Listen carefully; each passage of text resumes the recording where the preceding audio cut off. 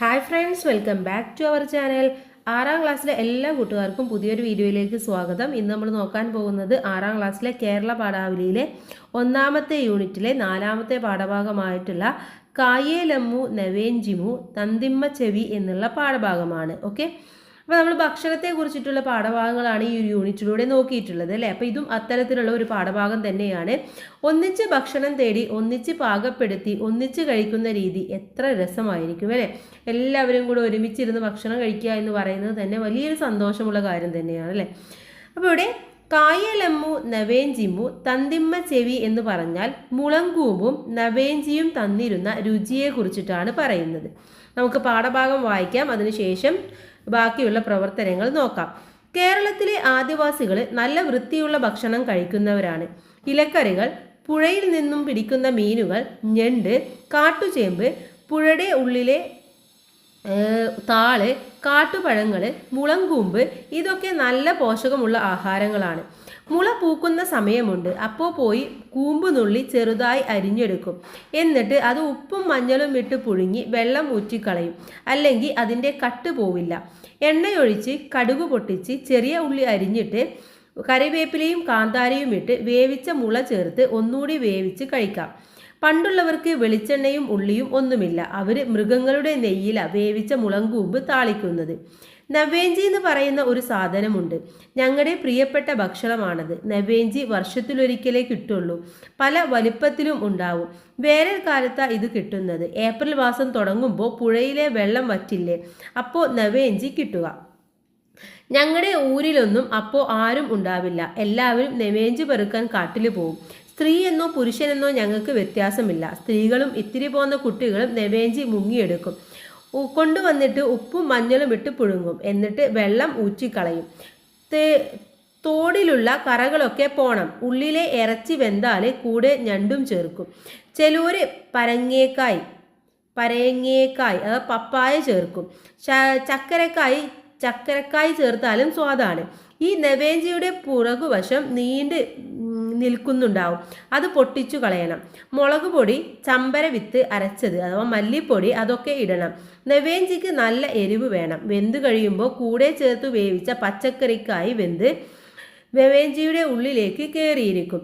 ചൂട് പോകുമ്പോഴേക്കും കഴിച്ചു തുടങ്ങണം. ചോറിൻ്റെ കൂടെയല്ലാതെ വെറുതെയും കഴിക്കാൻ. ബേത്തിമാരൻ സുകുമാരൻ ചാലിഗത്ത എഴുതിയ ഒരു പാഠഭാഗമാണ് ഇത് ആദിവാസികളുമായി ബന്ധപ്പെട്ടതാണ്. അതുകൊണ്ടാണ് പലതും നമുക്ക് ഈ നവേഞ്ചി ഒന്നും നമുക്ക് അറിയാത്തത്. ഓക്കെ, അപ്പോൾ അവരുടെ ഒരു ഭക്ഷണ രീതിയാണ് ഇവിടെ പറഞ്ഞിട്ടുള്ളത്. അപ്പോൾ ആ നവേഞ്ചി പിടിക്കാൻ പോകുന്ന ആ ഒരു ചിത്രമാണ് ഇവിടെ തന്നിട്ടുള്ളത്. ഇനി നമുക്ക് ഇതിലെ പ്രവർത്തനങ്ങൾ ഓരോന്നായിട്ട് നോക്കാം. ഈ പാഠത്തിൽ പറഞ്ഞിരിക്കുന്ന ഭക്ഷണ വിഭവങ്ങൾ എന്തൊക്കെയാണ് ഇവിടെ പറഞ്ഞിട്ടുള്ളത്?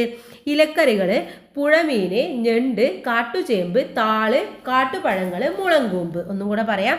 ഇലക്കറികൾ, പുഴമീന്, ഞണ്ട്, കാട്ടുചേമ്പ്, താള്, കാട്ടുപഴങ്ങൾ, മുളങ്കൂമ്പ്. രണ്ടാമത്തെ ചോദ്യം, മുളങ്കൂമ്പിലെ കട്ട് പോകാൻ എന്താണ് ചെയ്യുന്നത്? മുള പൂക്കുന്ന ഒരു സമയമുണ്ട്. അപ്പോൾ പോയി കൂമ്പ് നുള്ളി വെള്ളം ഊറ്റിക്കളയണം. എങ്കിലേ അതിൻ്റെ കട്ട് പോവുകയുള്ളൂ. മൂന്നാമത്തെ ചോദ്യം, ഞങ്ങളുടെ ഊരിലൊന്നും അപ്പോൾ ആരും ഉണ്ടാവില്ല. എന്താണ് കാരണം? എല്ലാവരും നവേഞ്ചി പെറുക്കാൻ കാട്ടിൽ പോകും. അതുകൊണ്ടാണ് ഊരിൽ ആരും ഇല്ലാത്തത്. നവേഞ്ചി പെറുക്കുന്നതിൻ്റെ പ്രത്യേകത എന്താണ്? സ്ത്രീ എന്നോ പുരുഷനെന്നോ വ്യത്യാസമില്ല. നവേഞ്ചി അവരുടെ പ്രിയപ്പെട്ട ഭക്ഷണമാണ്. വർഷത്തിലൊരിക്കലേ നവേഞ്ചി കിട്ടുകയുള്ളൂ. വേനൽക്കാലത്താണ് ഇത് കിട്ടുക.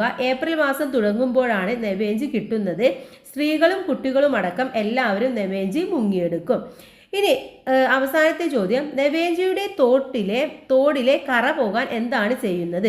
നവേഞ്ചിയുടെ തോടിലെ കറ പോകാൻ എന്താണ് ചെയ്യുന്നത്? എന്ത് ചെയ്യും? നവേഞ്ചി ഉപ്പും മുളകും ഇട്ട് പുഴുങ്ങും. എന്നിട്ട് വെള്ളം ഊറ്റിക്കളയും. തോടിലെ കറ പോകാനാണിത് ചെയ്യുന്നത്. അപ്പോൾ ഉപ്പും മഞ്ഞളും ഇട്ടിട്ട് പുഴുങ്ങിയിട്ട് അതിൻ്റെ വെള്ളം കളയുകയാണ് ചെയ്യുന്നത് അല്ലേ. ഇനി അടുത്ത ചോദ്യം, നവേഞ്ചിയുടെ രുചിയെ കുറിച്ചിട്ടാണ് പറയുന്നത്. നവേഞ്ചി ശേഖരിക്കുന്നതും പാകം ചെയ്യുന്നതും സുകുമാരൻ ചാലിയഗദ്ദ വിവരിച്ചിട്ടുണ്ട്. ലേഖനം വായിച്ച് അതിനെക്കുറിച്ച് നിങ്ങളുടെ ഭാഷയിൽ ഒരു വിവരണം എഴുതാനാണ് പറഞ്ഞിട്ടുള്ളത്. അപ്പോൾ എങ്ങനെ എഴുതാം നമുക്ക്? നമ്മുടെ നാടൻ ജലാശയങ്ങളിലും പുഴകളിലും വേനൽക്കാലമായാൽ ഇഷ്ടം പോലെ ലഭിക്കുന്ന ജീവിയാണ് നെവേഞ്ചി. ശരീരഭാഗം മുഴുവനും തോടുകളിൽ പൊതിഞ്ഞ ഒരു ജീവി. വെള്ളത്തിലൂടെ വളരെ പതുക്കെയേ ഇവ സഞ്ചരിക്കൂ. ഇവ സ്വാദിഷ്ടമായ ഒരു ഭക്ഷണ വിഭവമാണ്. വേനൽക്കാലമായാൽ കുഞ്ഞുകുട്ടികളടക്കം പുരുഷന്മാരും സ്ത്രീകളും എല്ലാവരും ചേർന്നാണ് ഇവ ശേഖരിക്കാൻ പുഴയിലിറങ്ങുക. പെറുക്കിയെടുത്ത് വീട്ടിൽ കൊണ്ടുവന്ന് ഇവയെ വൃത്തിയായി കഴുകി ഉപ്പും മഞ്ഞളും ചേർത്ത് പുഴുങ്ങിയെടുക്കും. വെന്തു കഴിഞ്ഞാൽ വെള്ളം വാർത്ത് അതിൻ്റെ തോടിലുള്ള കറകൾ ഒഴിവാക്കും. ചിലർ അതിൻ്റെ കൂടെ ഞണ്ടുകളും കൂടി ചേർക്കും. പപ്പായ, മധുരക്കിഴങ്ങ് എന്നിവയും ചേർക്കുന്നവരുണ്ട്. പിന്നീട് നെവേഞ്ചിയുടെ പുറകുവശത്ത് നീണ്ടു നിൽക്കുന്ന തോട് പൊളിച്ചു കളയും. മുളകുപൊടി, മല്ലിപ്പൊടി എന്നിവ ചേർത്ത് നല്ല എരിവോടെ ഇത് തയ്യാറാക്കും. പപ്പായ, മധുരക്കിഴങ്ങ് എന്നിവ നെവേഞ്ചിയുടെ ഇറച്ചിയോട് ചേരുമ്പോൾ നല്ല സ്വാദായിരിക്കും.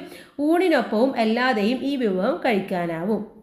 ഓക്കെ, ഇനി ഹായ് എന്ത് രുചി എന്നുള്ളതാണ് അടുത്തത്. ഓരോ നാടിൻ്റെയും നിറവും മണവും രുചിയുമെല്ലാം അവരുടെ തനതായ വിഭവങ്ങളിൽ അലിഞ്ഞു ചേർന്നിരിക്കുന്നു. നിങ്ങളുടെ നാടിനും സ്വന്തമായ ഭക്ഷണ വിഭവം ഉണ്ടായിരിക്കുമല്ലോ. അവയെപ്പറ്റി മുത്തശ്ശിമാരോടോ മുത്തച്ഛനോടോ മറ്റു മുതിർന്നവരോടോ അഭിമുഖ സംഭാഷണം നടത്തൂ. ചോദ്യങ്ങൾ മുൻകൂട്ടി തയ്യാറാക്കണേ എന്നാണ് പറഞ്ഞിട്ടുള്ളത്. അപ്പം നമ്മുടെ നാട്ടിലും നിങ്ങളുടെ ഓരോ നാട്ടിലും എന്താണ് ഇത്തരത്തിൽ ഉള്ളതുണ്ടായിരിക്കും അല്ലേ. അപ്പം സംഭാഷണത്തിൽ നിന്നും മനസ്സിലാക്കിയ കാര്യങ്ങളും പാചകക്കുറിപ്പുകളും ചേർത്ത് ഒരു നാട്ടുരുചി പതിപ്പ് തയ്യാറാക്കാനും പറയുന്നുണ്ട്. അപ്പൊ നമുക്ക് എന്ത് ചെയ്യാം, ഇത്തരത്തിലൊരു സംഭാഷണം തയ്യാറാക്കി നോക്കാം. ഇപ്പൊ മനു: മുത്തശ്ശി, നമുക്ക് വീടുകളിൽ ഉണ്ടാക്കുന്ന പ്രധാന പലഹാരങ്ങൾ എന്തൊക്കെയാണ്? മുത്തശ്ശി പറയാണ്, നമ്മൾ കഴിക്കുന്നവ നിനക്കറിയാമല്ലോ. വട്ടയപ്പം, ബഡ്ഡുപുട്ട്, കപ്പപ്പുട്ട്, ഏത്തക്ക കുറുക്ക് എന്നിങ്ങനെ ഒട്ടേറെയുണ്ട്. അപ്പൊ മനു: ഇന്ന് ഇവയൊന്നും ഉണ്ടാക്കാറില്ലേ? മുത്തശ്ശി: ഇതിൽ പലതും ഉണ്ടാക്കാൻ അറിയാത്തവരാണ് കൂടുതൽ. മനു ചോദിക്കുകയാണ്, എന്തൊക്കെയാണ് വത്സൻ എന്ന പലഹാരത്തിൽ ചേർക്കുന്നത്? ഓക്കെ, അപ്പം മുത്തശ്ശി പറയാണ്, ഗോതമ്പ് പൊടി, ശർക്കര, തേങ്ങ എന്നിവയാണ് പ്രധാനമായിട്ടും വേണ്ടത്. ഇപ്പോൾ മനു ചോദിക്കുകയാണ്, അവയുടെ അളവ് കൂടി പറയാമോ? അപ്പോൾ മുത്തശ്ശി പറയാണ്, ശർക്കര അല്പം വെള്ളം ചേർത്ത് പാനിയാക്കി വറ്റിച്ചെടുക്കുക. തേങ്ങ ചെറുതായി അരിഞ്ഞെടുക്കുക. ഗോതമ്പ് പൊടിയിൽ ശർക്കര പാനി ചെറു ചൂടോടെ കുറേശ്ശെ ഒഴിച്ച് കുഴച്ചെടുക്കുക. ജീരകവും ഏലക്ക പൊടിച്ചതും ഉപ്പും തേങ്ങാക്കൊത്തും ചേർത്ത് നന്നായി മയത്തിൽ ഒന്നുകൂടി കുഴക്കുക. വാഴയില 3 വിരൽ വീതിയിൽ മുറിച്ച് കുമ്പിൾ കുത്തി അതിൽ തയ്യാറാക്കിയ മാവ് നിറച്ച് ഇല മടക്കിയെടുക്കുക. ഇങ്ങനെ മുഴുവൻ മാവും ഇലയിൽ നിറച്ച് ത്രികോണാകൃതിയിൽ മടക്കി അപ്പച്ചെമ്പിൽ വെച്ച് ആവിയിൽ വേവിച്ചെടുക്കുക. സ്വാദിഷ്ടമായ വത്സൻ റെഡി. അപ്പോൾ മനു: നന്ദി മുത്തശ്ശി, അടുത്ത ദിവസം മുത്തശ്ശി എനിക്കിത് ഉണ്ടാക്കി തരണം എന്ന് പറയാണ്. ഓക്കെ, അപ്പോൾ ഇത്തരത്തിലുള്ള ഒരുപാട് സംഭവങ്ങൾ, പാചകക്കുറിപ്പുകൾ നമ്മുടെ നാട്ടിലുണ്ടായിരിക്കും. അപ്പോൾ നിങ്ങൾ എന്ത് ചെയ്യുക, ഇത്തരത്തിലുള്ള കുറച്ച് പാചകക്കുറിപ്പുകൾ നിങ്ങളുടെ മുത്തശ്ശിമാരോടോ ആരോടെങ്കിലും ചോദിച്ച് മനസ്സിലാക്കി ഒന്ന് എഴുതി വെക്കുക. ഓക്കെ, ഇനി ഈ പാഠം കഴിഞ്ഞു. അടുത്ത യൂണിറ്റ് എന്ന് പറയുന്നത് നടുകിൽ തിന്നാം എന്നതാണ്. അത് നമുക്ക് അടുത്ത വീഡിയോയിൽ ഡിസ്കസ് ചെയ്യാം. അപ്പോൾ എല്ലാ കൂട്ടുകാർക്കും ഇത്രയും കാര്യങ്ങൾ മനസ്സിലായി എന്ന് വിചാരിക്കുന്നു. ബാക്കിയുള്ള സബ്ജക്റ്റുകൾ നമ്മൾ അപ്ലോഡ് ചെയ്തിട്ടുണ്ട്. അപ്പോൾ എല്ലാവരും പോയിക്കിട്ട് കാണുക. Okay, thank